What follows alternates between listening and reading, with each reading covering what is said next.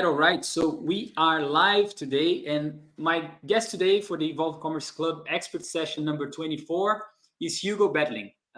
Hugo is a very good friend of mine. He is currently a senior advisor for retail and at the corporate transformation division of Alvarez and Marsal, and president of the board at Capitalismo Consciente Brasil, or Conscious Capitalism Brazil. With 35 years of C-level experience from CFO to CEO, mostly in retail, Hugo has a sharp strategic vision and hands-on expertise in digital transformation, ESG practices, and business innovation. I also would like to say thank you to our sponsors, Air Meat, for making this possible. So now, Hugo, we always start with the same picture, with the same question, which is the big picture. So, how did we get here? Tell us about your journey in retail, and all these amazing roles you've had. So, hello, Carlos. Hello, everyone. It is a great pleasure to be here and the opportunity as well to talk a little bit about my journey. It started in '79 as an auditor. I was a consultant in the small business division of Art Ranson, a company that doesn't exist anymore. The thing is that my first client was Carrefour. So imagine, small business as Carrefour. So at that time, '79, they have arrived in Brazil in '75. So there was only 4 stores. Wow. Then I worked for them, especially in the customization and localization of all their systems between commas, because nothing was systems. Everything was paper and rubber and pencil. So for 5 years, I worked from Arthur Ranson to with Carrefour. And then I was invited to move there. So I already told Carlos that originally I am a retailer by accident. And then I felt in love with this, that is very, very passion and never more left. So I did my career the first 14 years in Carrefour, how Carlos mentioned, from CFO during 6 years. Then it was the hyperinflation time. So many people thought that the CFO was the big magician of the results. But as a matter of fact, we always was the guys that piled the numbers, and the people who was working in the commercial area, in the operational areas, and the logistic areas was really who was doing the job.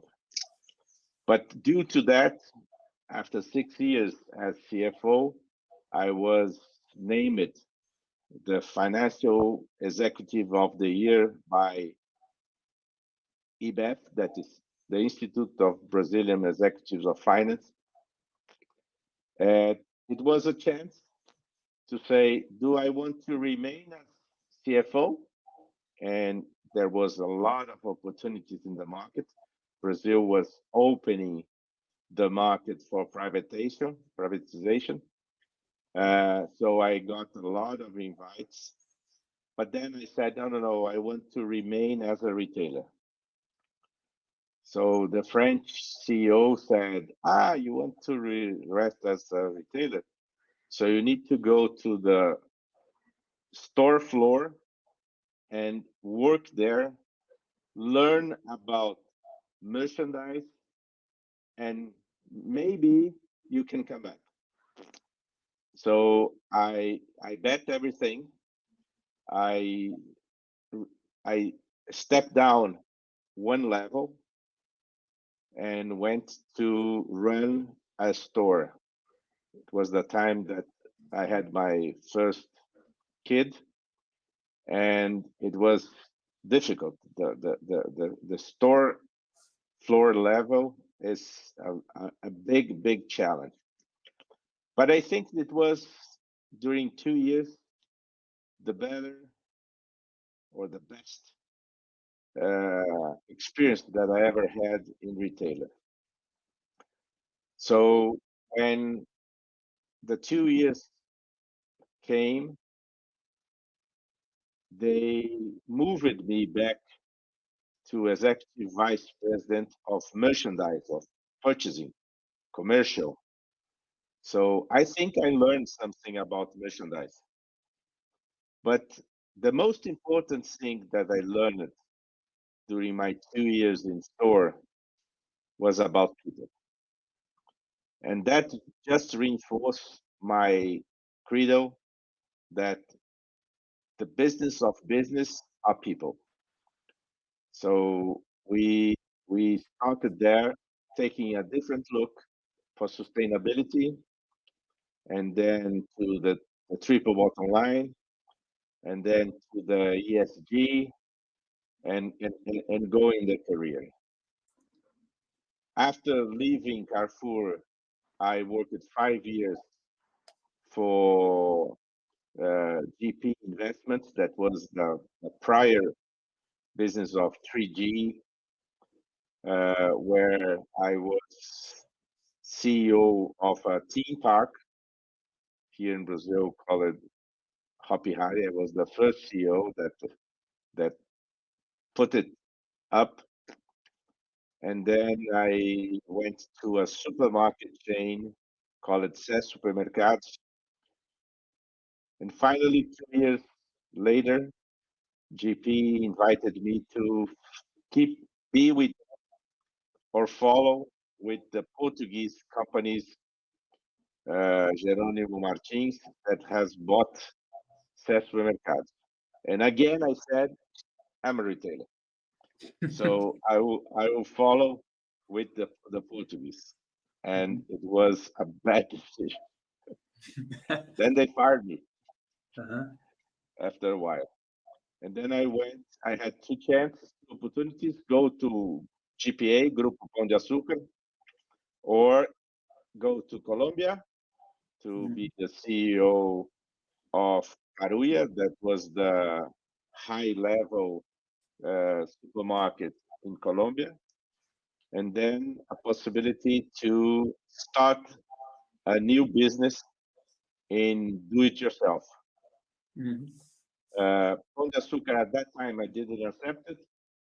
Going to Colombia was 99. The Fox was over there, and my wife said, "If you want to go, you go." And then when they send me the coffin back, you say what I do with your body. So that's very funny. So I decided not to go. And I started building a company called DCICO, that was at do-it-yourself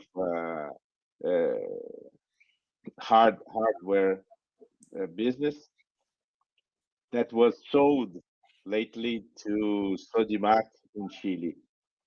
After 2 years, I had the chance to call the headhunter that have invited me for Pão de Açúcar, and she said, "Remember the position that I had for you 2 years ago?" So the guy didn't work.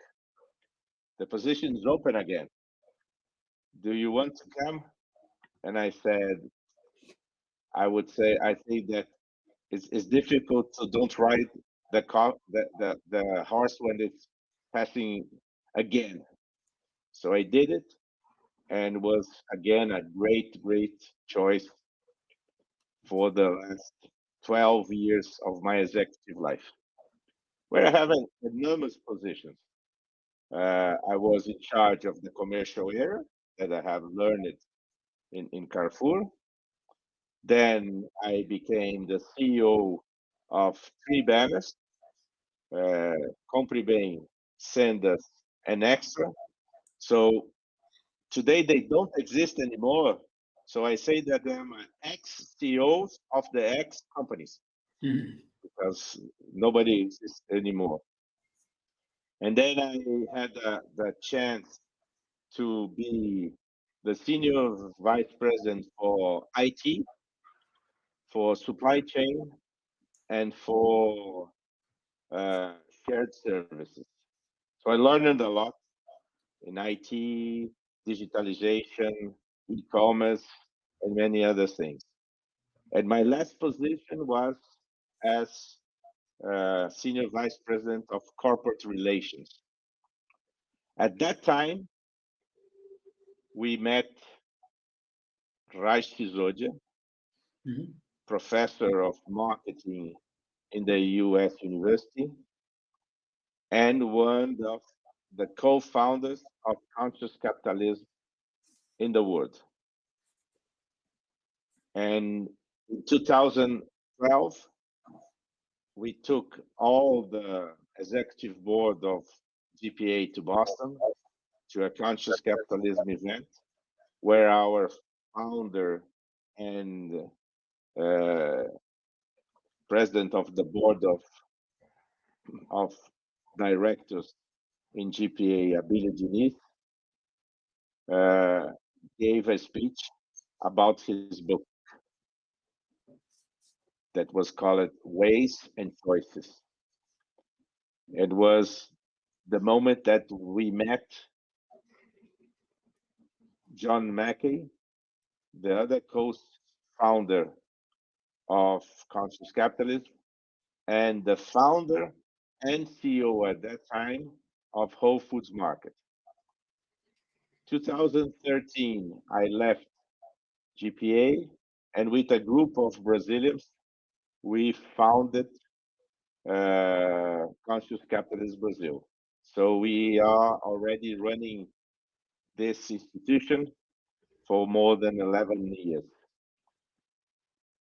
In the meanwhile, I was board members in retail business, in consumer good business, in NGOs, and as well senior advisor for some big consulting companies like Accenture, Simon Kucher, and lately, in the beginning of this year, I joined Alvarez and Marsal at the Corporate Transformation Division as Senior Retailer Advisor. This is the professional side. What is the personal side? The personal side, I'm married with Laura for 35 years. We have 3 boys together, Hugo, Guilherme, and Frederico. And I have a daughter, Isabel, that is, her birthday is today. That is my oldest daughter, my other sibling. And then I started. Let's go back a little bit. I hated sports. Hated.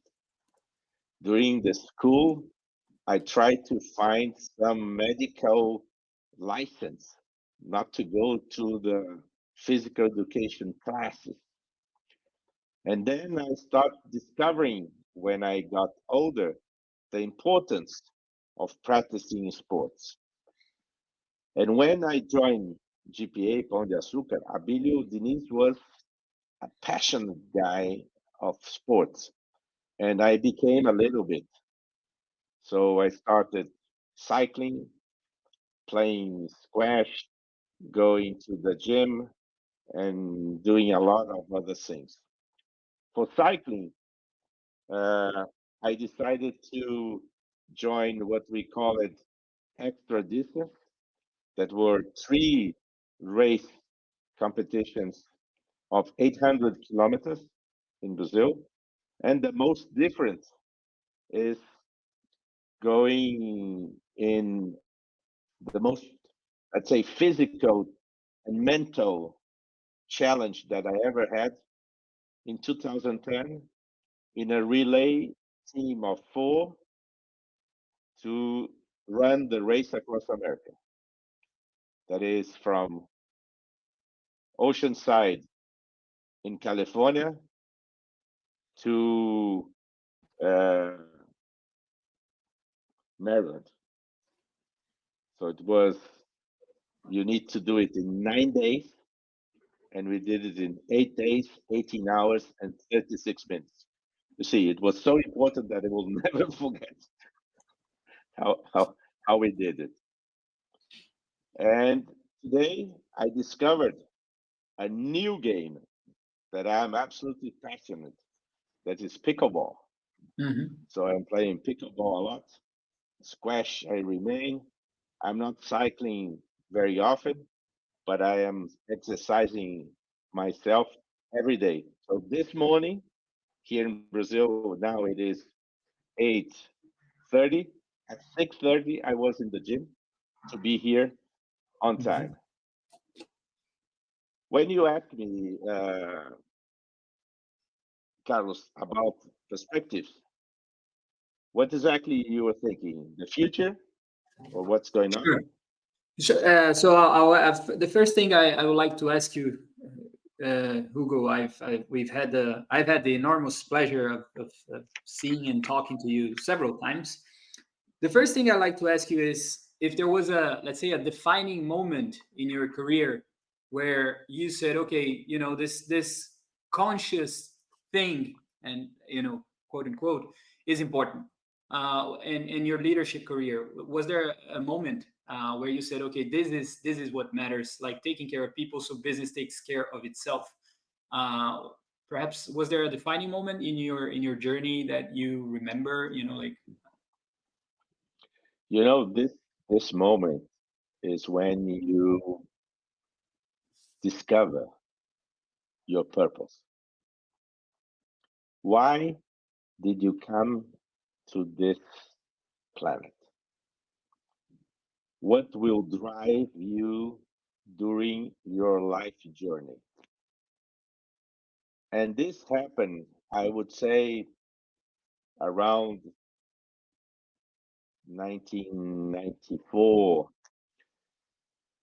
When I read in 1998 uh, the first one of the first books of John Eccleston and understand the concept of the triple bottom line, I said, "Gee, this is one of the most reasonable things.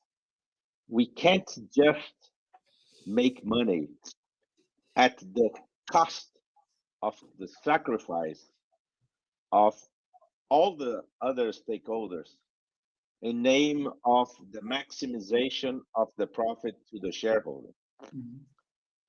We need to take care of the people, how I already mentioned, and you agree that the business of business are people, and generate wealth and and let's say money to them through the business, through the working, because we believe that a business is good when it creates value. It is ethical when it's based on a voluntary exchange. It is noble when it elevates our dignity, and is heroic when it takes people out of poverty and lift them to another level. So those kind of things, I think I started in that year, 94 till 98. Then I had the chance to be in charge of the sustainability area of GPA since I joined the company in 2001. And in 2004, I had the great opportunity to go to New York and be invited to Kofi Annan's house for a very petit comité about what he was thinking in terms of including more pillars in the environment subject. And it was the year that precedes the big event Who Care Wins in 2005 that he put it all the big banks and as well the big companies together, and was the moment that was created the concept of ESG. So everybody thinks that it was during the pandemic, but was not. It was in 2005. So I would say that you can't, in a conscious way, do business and make your money and be happy due to the suffer of the other stakeholders. And you can't either generate your profit destroying the environment. So every company, everyone, every individual is responsible for the life in this planet. And we depend as human beings of minimum three things to be here talking today: drinkable water, free flow air, and healthy food. Mm-hmm. And this comes from the environment. So this was the big change. And of course, in 2010, when I met Rice Georgia, in 2012, John Mackey, and the Conscious Capitalism, I think every company needs to practice in their way a conscious capitalism. Brilliant. Thank you. Nick should be joining us because he joined the backstage. We need to get him on stage. Give me a second. Yeah, move to stage. Perfect. Because he'll have to leave soon. So we're opening up a slot for him now. Nick, welcome.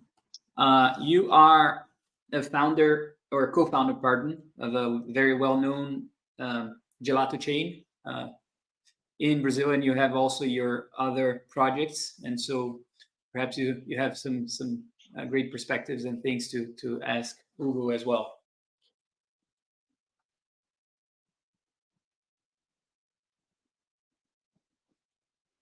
You are silence mode. Yeah, you're on mute.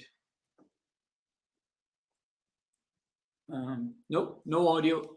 Odd. Let me just see. Why is that?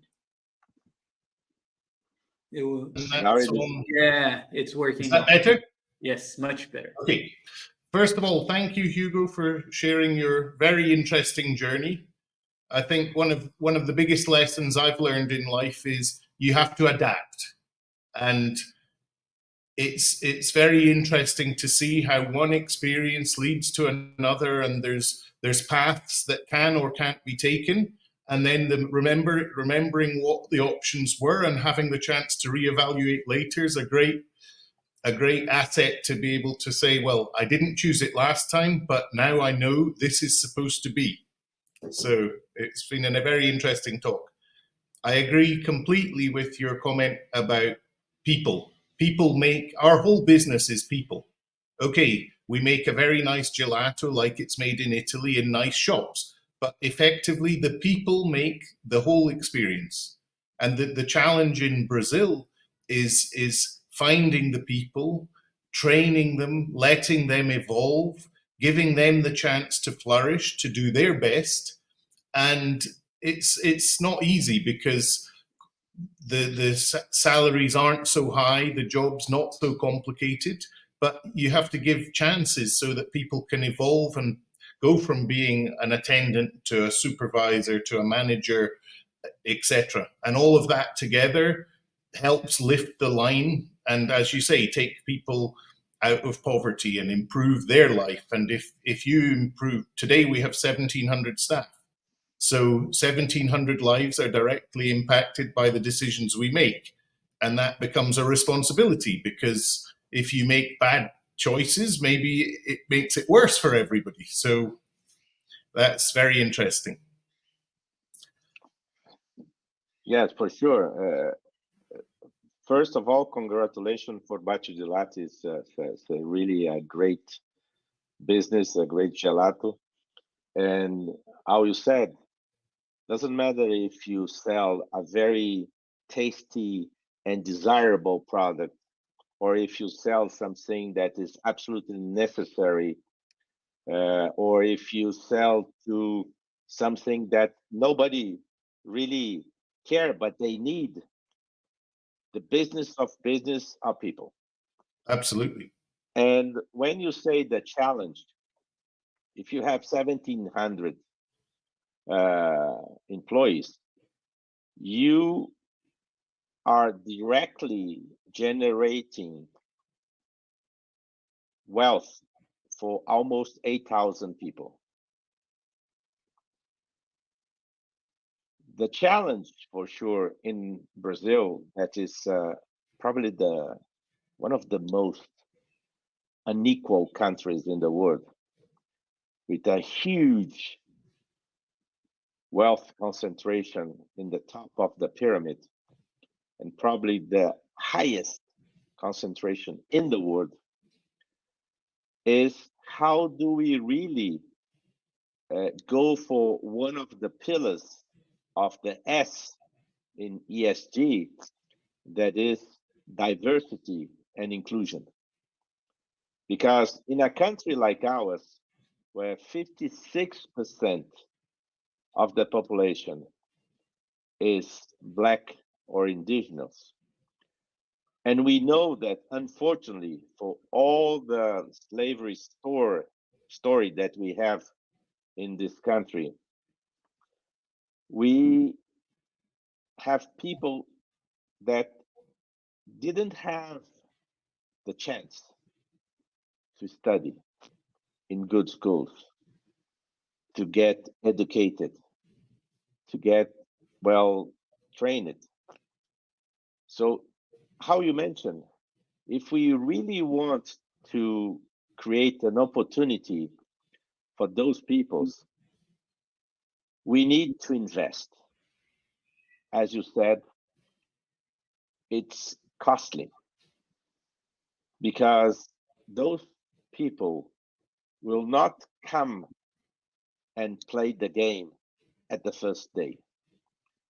So it's a long journey, some months probably training.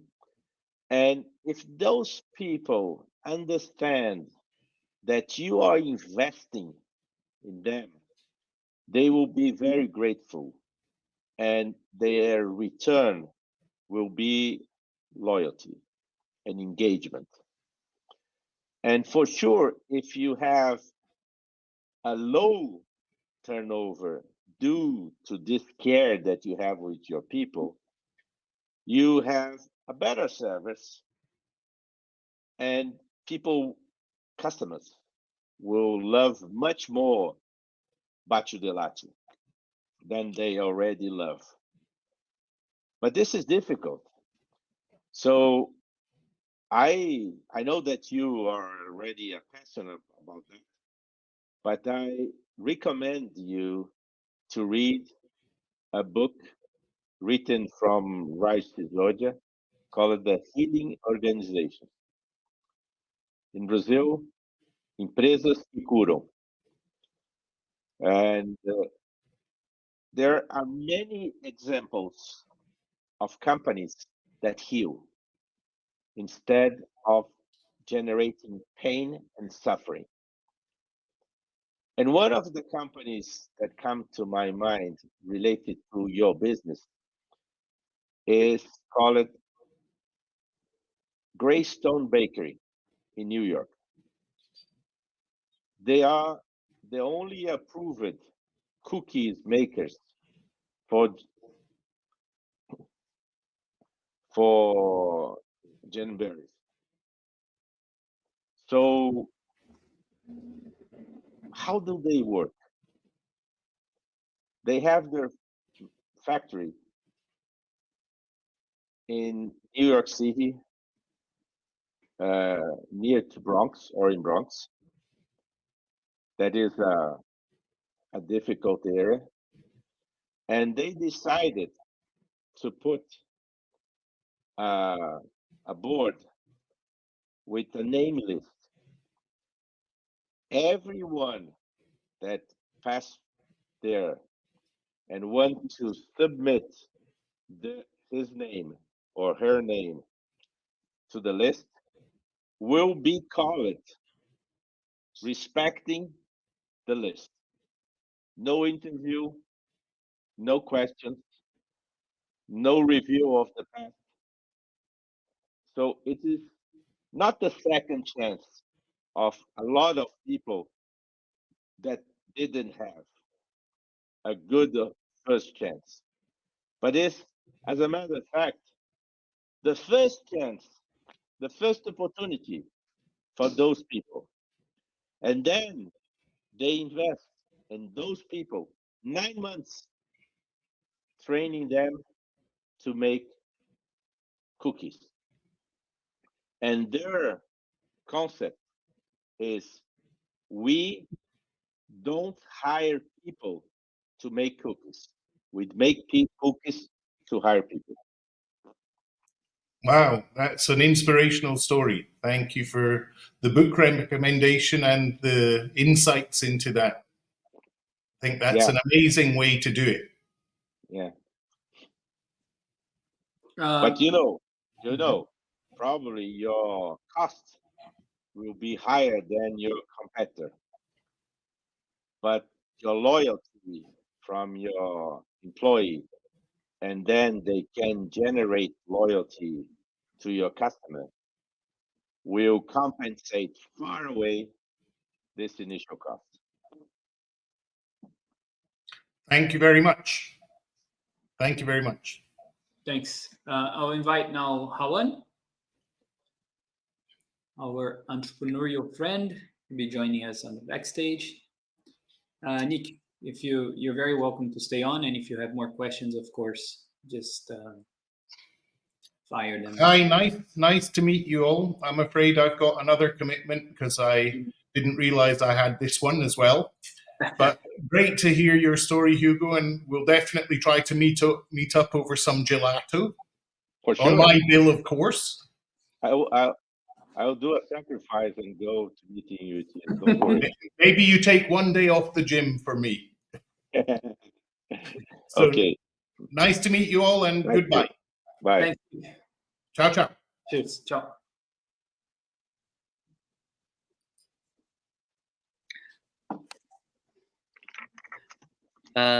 Thank you, Hugo, for your time and for sharing your great experience. It was a really great session. When you talked about Sendas, I have such a nostalgic feeling. I remember when I was a little child going with my mom to the supermarket in Rio. So that was great times. And you shared a lot about your experience in Brazilian environment, and I'd also like to talk about capitalism consciente. I believe in now living abroad. I don't have bacia de latte, as you said, but I have a new perspective and seeing how business runs here, and I started realizing that some things that we do in Brazil are not really healthy, um, especially the relationship between some companies. Sometimes uh, we sometimes try to think that we have to negotiate a lot, and sometimes we are killing the partner and not growing a healthy relation. And I also like you to talk about in your life experience in as a CEO and CFO. What was most difficult situation or decision that you have to make, maybe in the pandemic or afterwards or before, and how did you deal with it? So thank you, Havan. Look, Brazil is the second largest conscious capitalism chapter in the world. We have 9 regional branches, but for sure, the largest one is the US, and they have around of 20 chapters. So I invite you to get into their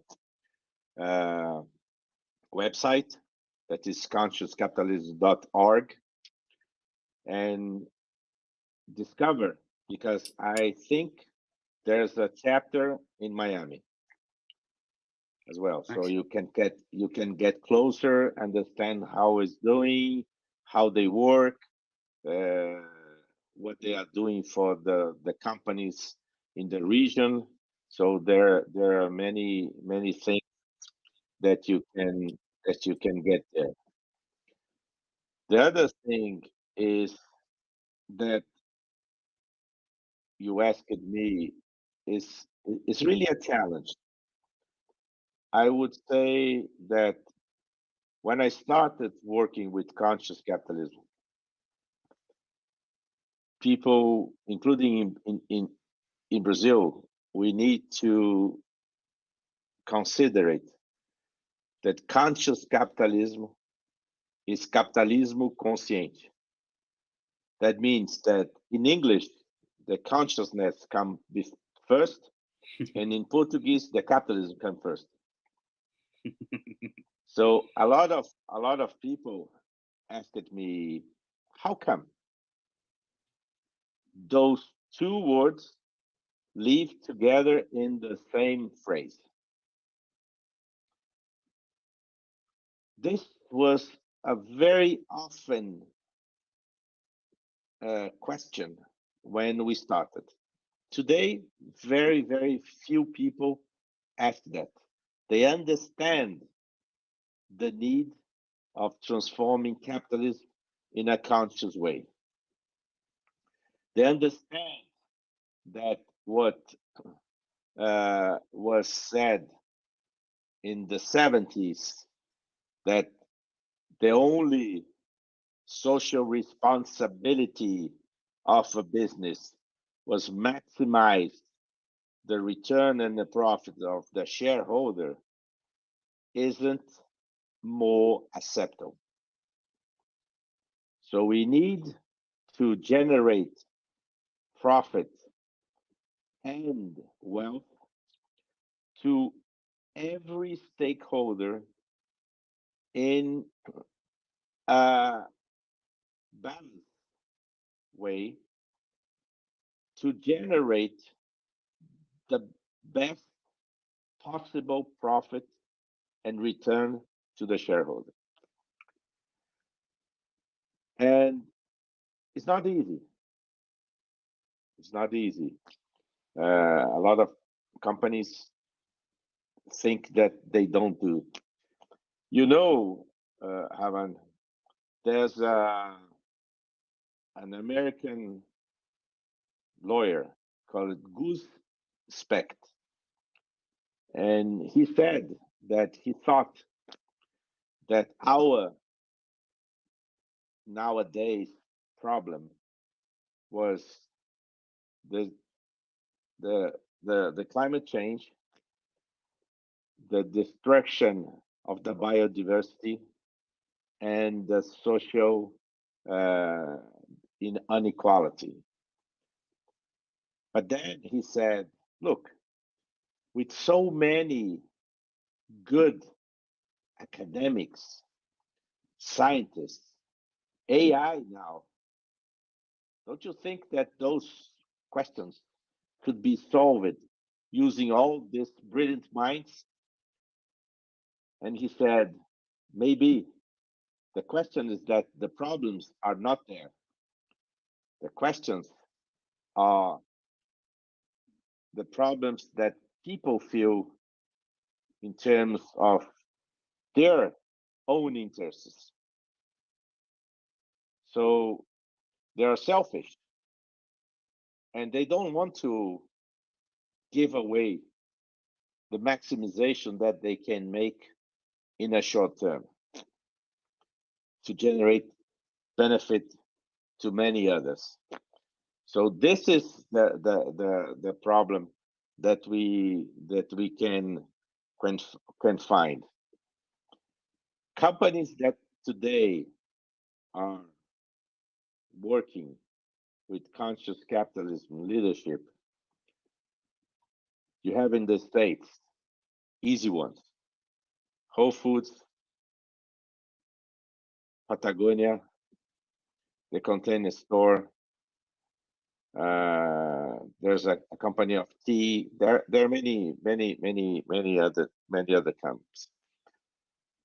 When you come to Brazil, we have Gerdau, Movida, Dengo, SAP Brazil,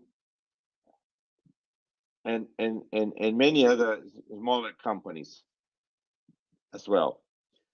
It's a big challenge to move from the status quo,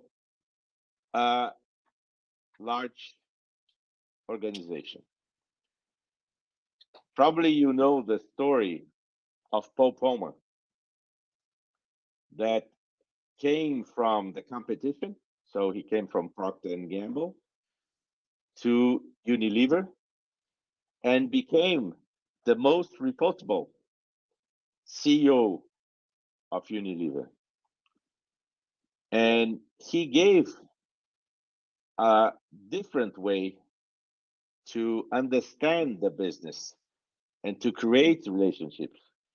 But as soon as he retired, they are already in their third CEO after him, and the financial market is changing the way he introduced it or he practiced a good business, a conscious business. What is a painful? And one of the reasons is that in the US, that you know very well, people choose to have or to have in their share basket an average of companies in the stock exchange for 20 years to creating their patrimony. Today, the same families held in their basket shares of companies traded for only 8 months.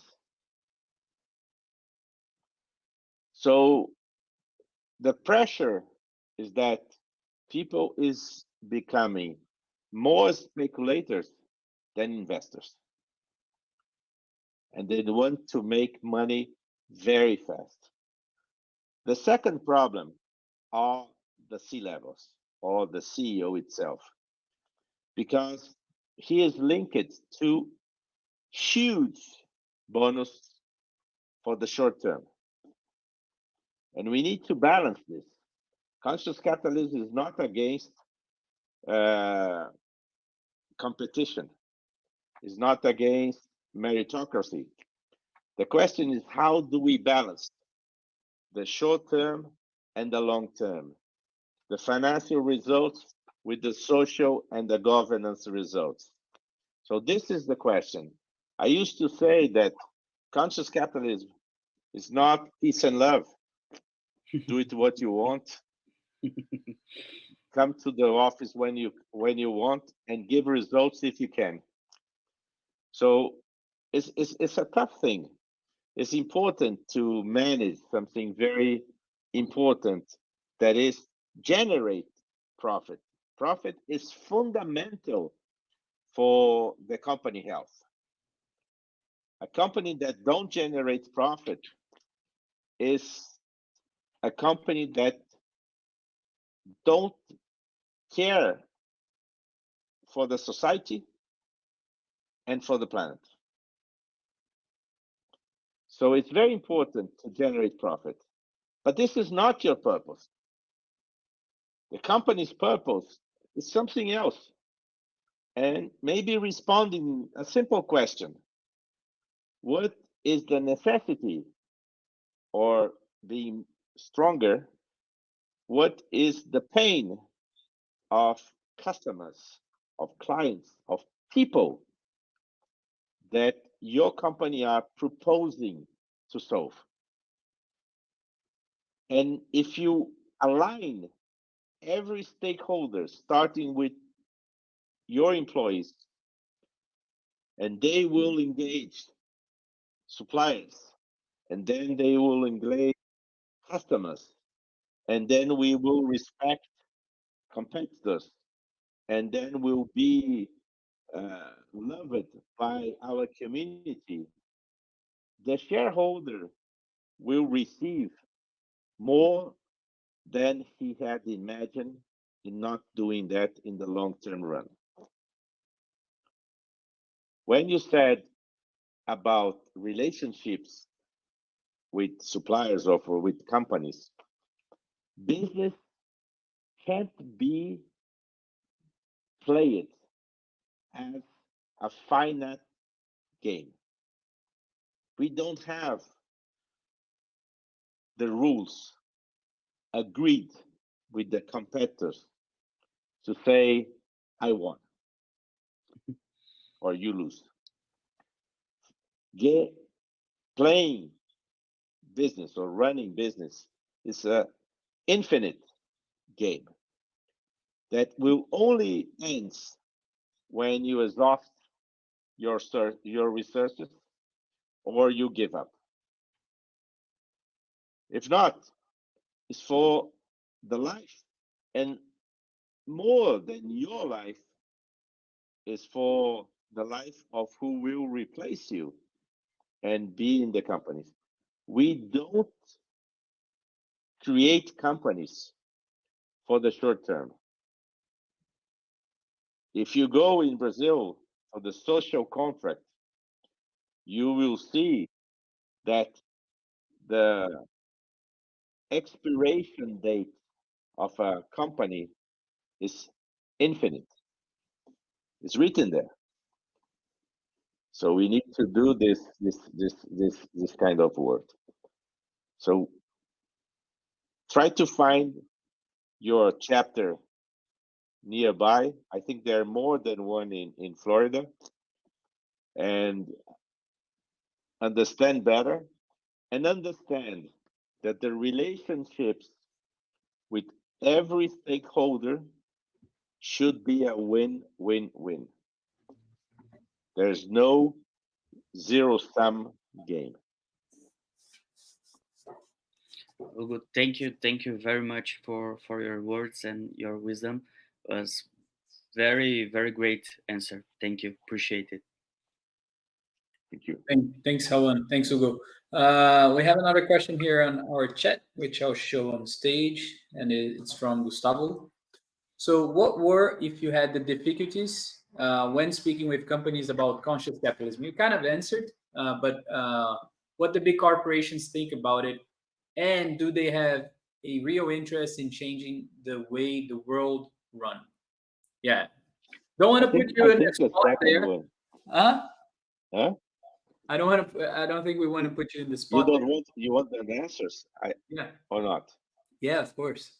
The second question, what the big corporations think about, and they have. I already answered to Hava. Mm-hmm. The first one is tough, Mm-hmm. difficult, challenging. Because if it was easy, we should have thousands of companies as membership of conscious capitalism. Mm-hmm. And if not memberships, practicing the pillars of conscious capitalism.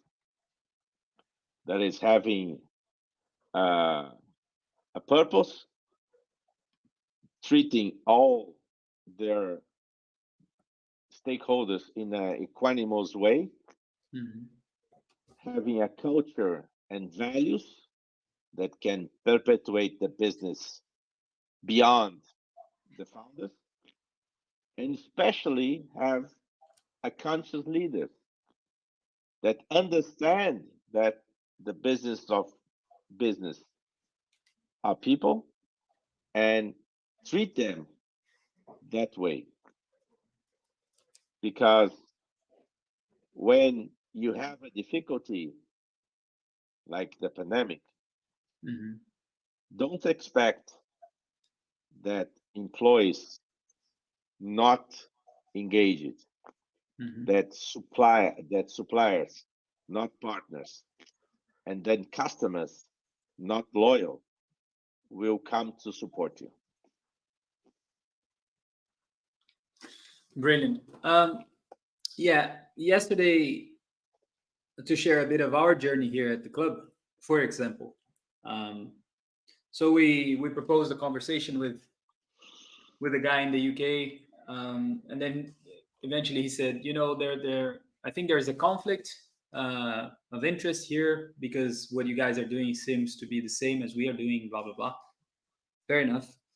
But I would like to ask your views on competition because, at least, I think in our generation, the younger generations, they tend to believe more in a more like a systemic view and ecosystem. So maybe we can compete in certain services, but other areas we may cooperate, right? We can support each other, and I think what you said, you used the word partners. Do you think this is something that it's changing in society? Do you think companies are tending to see more like partnerships rather than competition?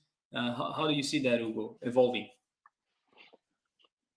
We need to remember that capitalism is a very new thing in our planet life. The first guy that was considered the father of capitalism was Adam Smith. And he wrote his book, The Wealth of Countries, of Nations. Yes. The Wealth of Nations, in 1776. And at that time, Carlos, wealth was not gold, silver, or agriculture or culture of the countries. It was the level of freedom of the people. How they can start something and do not depend of the king or the master of other things. In the 80s, the 18th century, and the 19th century began, the world population was 1 billion people. 90% lived below $2 a day. 90%. Capitalism changed that in a dramatic way.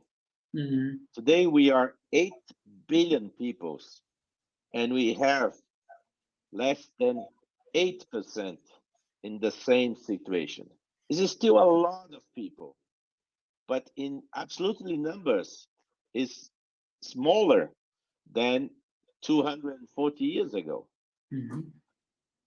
What happened is that when businesses started, they didn't have a reference.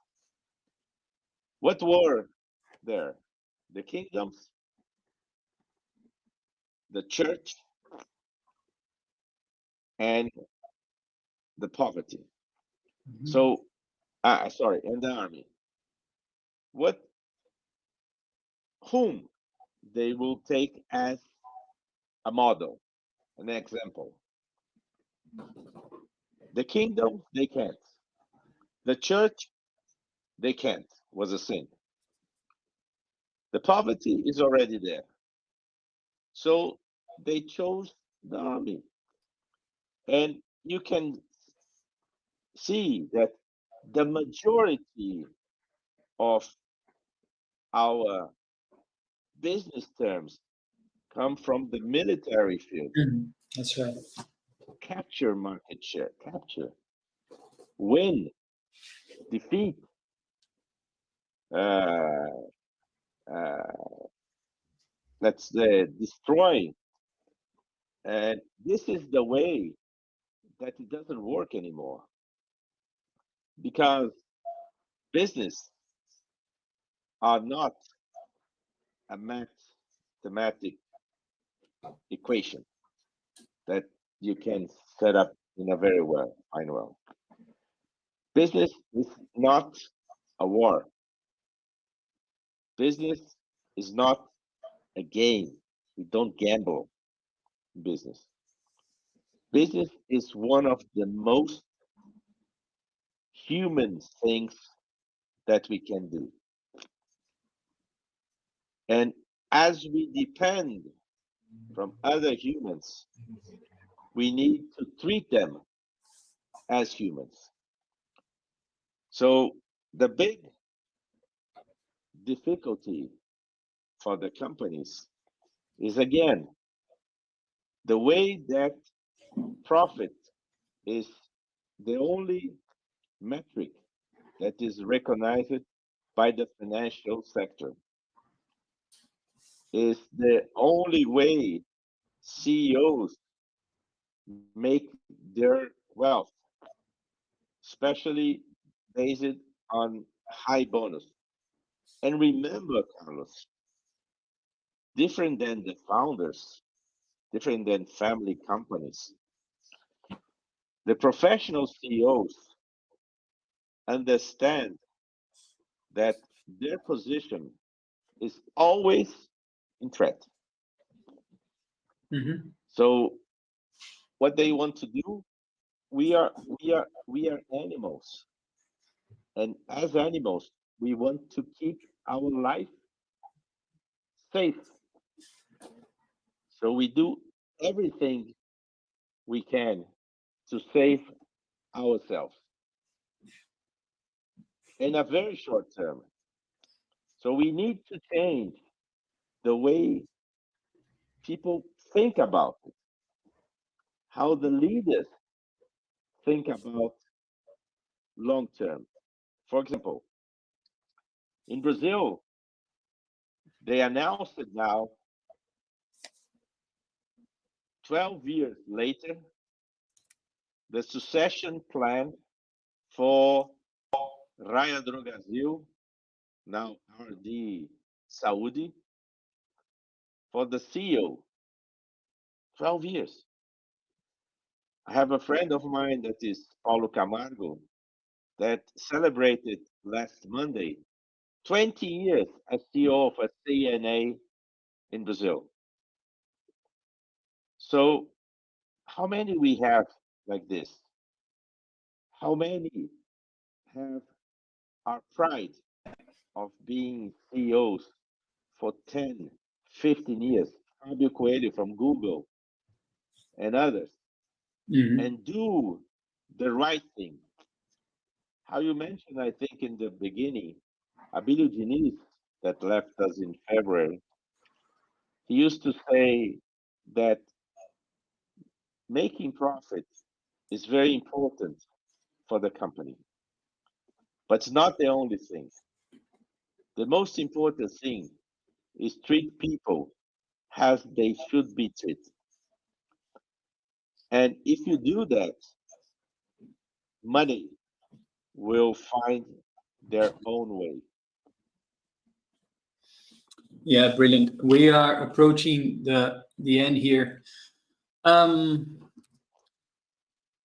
me just see if I had you mentioned something interesting, Hugo, which is and that's my final question, and then we'll go for the final remarks. But when it comes to metrics, then, right? Because you said, okay, profit is one. It's one of the metrics that you look in the balance statement. However, when it comes to being a conscious business and the way you guys analyze businesses and how they can become conscious, what are the metrics that you have in place? Is it happiness? Is it what do I have to measure in order to understand if my company is not only conscious? Because I think, I mean, is my leader approved? That's one of the things that I read about Ricardo Semler many years ago. And regardless whether we like him or not, I think in his company, he revolutionized a lot of things there at Semco. And he explained that, you know, you had to be approved by your future peers in order to be hired. And that's brilliant, right? Because if people there don't approve you, then, well, then you're not hired. And that also was, I believe, valid for him. And he said at some point, if they think I'm no longer eligible or to be a good leader, I'll have to leave. So what are the metrics and what are the things that you have to have in place to be a company as the ones you're proposing, as the conscious capitalism proposes? You know, to be a conscious leader, you need to give more than things to be done by your team. You need to give them something to believe. When we celebrate, and business rarely celebrate, we need to celebrate fast, because all our victories are ephemeral, and the suffers, the pains take a lot of time. So we need to become that. You probably remember a book many years ago called The Minute Manager. And the question was, you need to appreciate and reprimand in 1 minute. Because normally we forget appreciation and we spend too many time being very aggressive with our thoughts, our team thoughts. And the way that we are aggressive, people don't learn anything about their mistakes, because the only thing that they remember is the way you treat them. Whole Foods has two things important, one that you mentioned. Everyone that will be hired need to be approved by the team, not the boss, the team. Second thing, every meeting at Whole Foods ends with one appreciation of someone, present or not. So what I would say is that the question how we build our relations, if you go, for example, for the seal and the survey of great place to work, the businesses that are ranked from 1 to 100 never have in their first reason or second reason or third reason remuneration, money. They have other things: amicable environment, respectful environment, confident environment. Simon Sinek used to say that a team is not a group of people that work together, but it's a group of people that trust each other. Mhm. So there are many index metrics, but I want to finish this saying that after the pandemic, when we skyrocket the ESG, there in some countries having a political position and going step backs. I would say that it's unthinkable to run a business that you don't care about people or their environment. So a very good book as well that I recommend, call it Purpose Plus Profit. The author says that you have three ways to practice the ESG pillars or to go to solve the 17 SDGs. That is the same thing. One, nobody recommends, but there's a lot of companies doing, that is lying. Greenwashing, social washing, governor washing. Today with the internet, you don't own your own path. So don't lie. Mhm. The second thing is what a lot of companies did is said, I will be carbon neutral in 5 years and put it in risk the profitability of that company. And then a lot of investors, governments, and others start, this is the ESG that is generating loss. No, it's not the ESG. It's the way that you try to implement it that is not feasible. And the third one that he recommends, and I do as well, is doing it step by step in small movements that can take you closer to the SDGs, to the ESGs. So I used to say, using two phrases from Austin in Brazil, ASAP multiplied by 4.